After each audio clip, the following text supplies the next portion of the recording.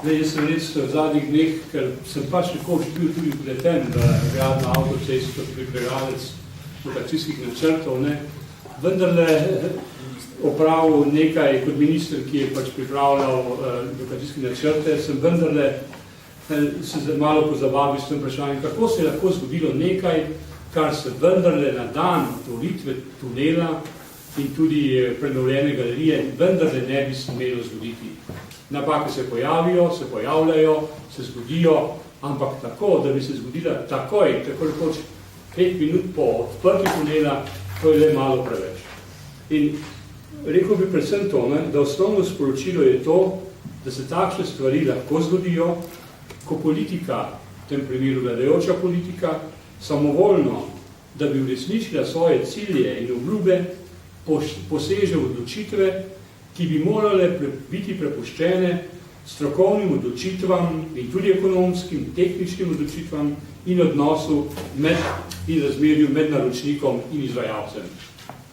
In dejstvo je, kot sem že enkrat omenil, ključna napaka, ki je bila tu storjena, je to, da je DARS kot naročnik pristal na zamenjavo protipožarnih plošč s protipožarnim momentom. To pa je lahko storil šele in samo zato, ker je želel, da bodo izpolnjeni roki za otvoritev tunela in seveda, ker je želel stroškovno, cenovno to ugodno ponudbo.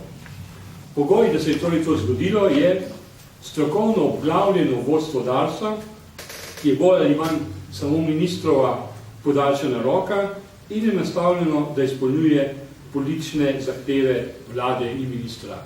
To je bilo povsem jasno v tem primeru. In če rečemo najprej nekaj o vsem tem tunelu, oziroma o protipožarnih ploščah.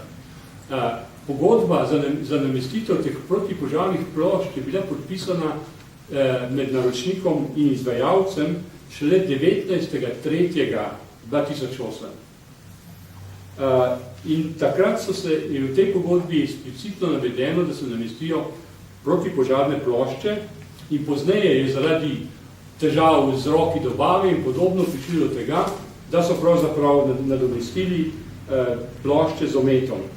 In kar je izjemno pomembno, in minister je za to vedel, in uprava DARS je za to vedela, omet je odpadal že med nanosom na galerijo, o čemer, tako mi pravijo strokovnjaki, obstajajo pisni zapiski inženirja. Ta dejstvo je bilo povsem zamolčano, v strahu, da bi se projekt zavlekel in da ne bi dosegli predvidenega roka odprtja. In tisto, kar je treba posebej poudariti, če se je že zgodilo to, kar se ne bi smelo zgoditi, tako rekoč nekaj ur po odprtju, je največji škandal nekaj drugega. In to največji škandal je, da se je to zgodilo še drugič in tretjič. Tretjič celo v tem, da je odpadlo met na avtomobile, in da je seveda ogrožal, neposredno ogrožal varnost nekaj ljudi. Ko se je zgodilo prvič, bi moral seveda naročnik zapreti tunel, si vzeti čas, naj bo to 14 dni, 3 tedne ali 3 mesece, da temeljito preuči vzroke, pripravi projekt sanacije, izdela sanacijo in seveda odpre tunel. To bi lahko trajalo 3-6 mesecev, lahko tudi kakšen mesec več, ali manj.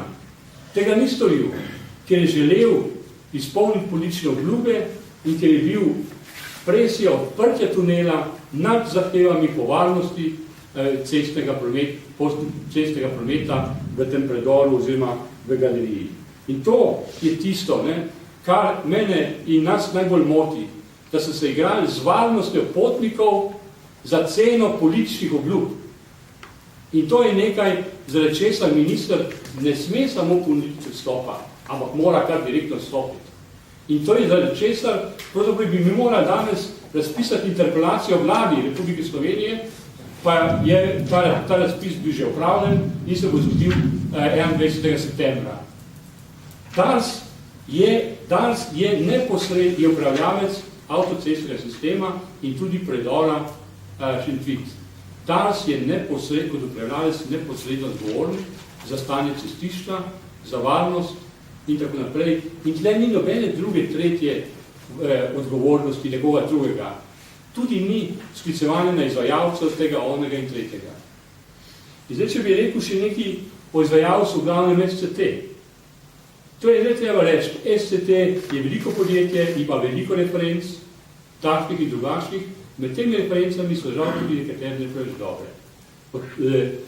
Viadukt čez Tržiško Bistrico je danes problem, pa ne bi smel biti problem. Dobro, z garancijo je zavarovan, popraviti ga bo moral na svoje stroške, vendar to nič ne pomaga ljudem z Gorenjske, Radovljice in Jesenicki se bodo zdaj cijazili na pol zgrajeni cesti, tudi plačani cestnini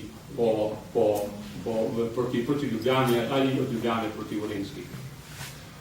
In tu se je vendar treba vprašati, da ta velik izvajalec, čeprav je gospodarska družba privatna, ima svoje določene lastnike, po našem mnenju bi saj predsednik uprave moral stopiti pred ljudi in jim reči in se upravičiti za to, kar se dogaja.